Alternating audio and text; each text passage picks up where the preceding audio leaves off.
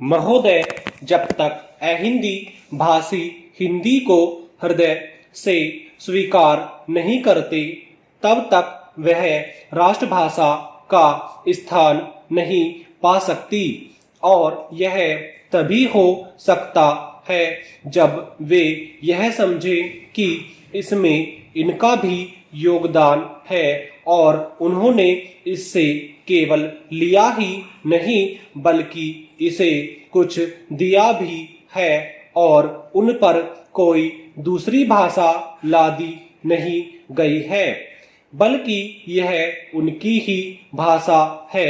मेरे कहने का अर्थ यह नहीं कि आप उनकी ही व्याकरण अपना ले, इसका अर्थ यही है कि आप उदारतापूर्वक जितना ले सकते हैं ले लें।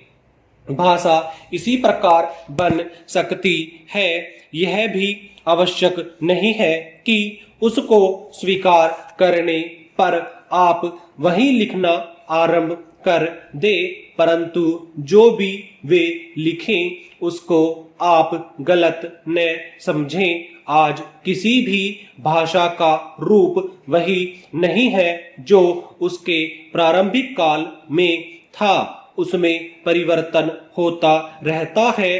हिंदी के इतिहास में भी आपको यही बात मिलेगी। मैं हिंदी का कोई विद्वान नहीं हूँ, पर मैं अपने अनुभव से कह सकता हूँ कि उसमें भी पिछले 500-600 वर्षों में बहुत अंतर पड़ा है तथा पहले की और आज की हिंदी में काफी अंतर है। इसलिए नवयुग में जब वह देश की भाषा बनने जा रही है तो उसमें थोड़ा अंतर करना भी पड़े तो वह स्वीकार कर लेना चाहिए, जिससे उसका अन्य प्रदेशों के लोगों के साथ मेल बैठ जाए। कई अहिंदी भाषी लोगों ने भी हिंदी की काफी सेवा की है। आपके राज्यपाल महोदय अहिंदी भाषी हैं और इन्होंने अपनी भाषा की बड़ी सेवा की है। यह भी हिंदी के पक्ष में थे और इन्होंने बड़ा योगदान दिया, जिसके कारण हम संविधान सभा में सफल हो सके। इनका यही विचार है जो मेरा है। मैं चाहता हूँ कि इनको भी हिंदी की सेवा करने का अवसर दिया जाना चाहिए। उसका फल हिंदी के लिए और देश के लिए अच्छा ही होगा। मानपत्र में आपने संस्कृत के संबंध में कहा है, मैं मानता हूँ कि हमारे देश में संस्कृत का अध्ययन आवश्यक है, क्योंकि देश की सभी भाषाओं का स्रोत वही भाषा है। संस्कृत से हमारा संबंध अटूट है। इसकी पढ़ाई लिखाई कम हो गई है, यह हमारे लिए दुख की बात है। मैं आशा करता हूँ कि इसकी उन्नति होगी।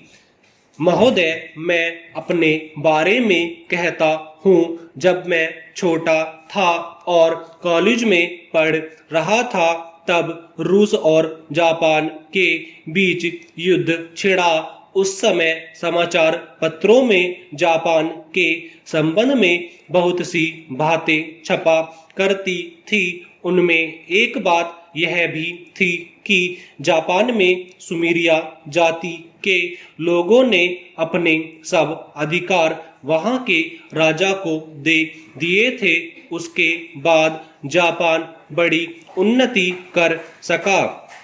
हम लोग यह पढ़कर आश्चर्य और सराहना करते थे। उससे बढ़कर हमारे यहाँ के लोगों ने स्वराज्य स्थापित होने के बाद 1-2 वर्षों में एक उदाहरण उपस्थित करके दिखाया। हम भी अपने हजारों वर्षों के इतिहास को नहीं भूलेंगे, जो रियासतें अलग अलग स्थापित हो गई थी और एक प्रकार से भारत कई टुकड़ों में बटा हुआ था। वे सब टुकड़े एक हो गए। आज ब्रिटिश भारत और देसी रियासतें मिलकर एक हो गई है। उसके बाद हमारे सामने यह प्रश्न आया कि भारत के लोग केवल स्वराज्य से ही सुखी नहीं हो सकते, उनको किसी न किसी प्रकार सुखी बनाना है। इस संबंध में सरकार ने अपनी ओर से प्राय सभी राज्यों में जमींदारी और जागीरदारी उन्मूलन के कानून उपस्थित किए और वे कानून पास हुए।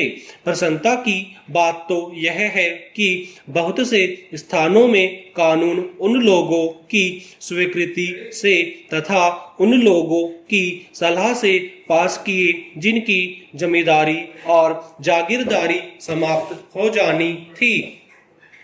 यह भी देश प्रेम का उदाहरण है।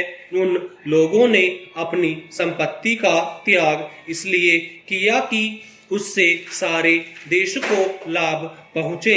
वह काम भी लगभग पूरा हो गया और पूरा होता जा रहा है। हमारे सामने मार्ग प्रशस्त है और अब हमें इस पर चलने की शक्ति चाहिए।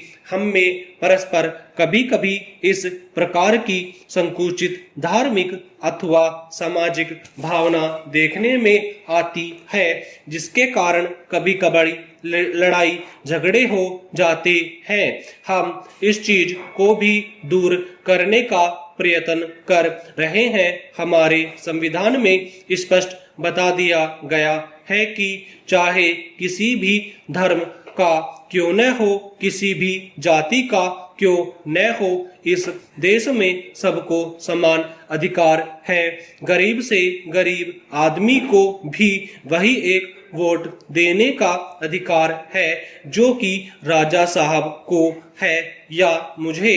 धर्म के नाम पर किसी प्रकार का भेदभाव नहीं किया जाता।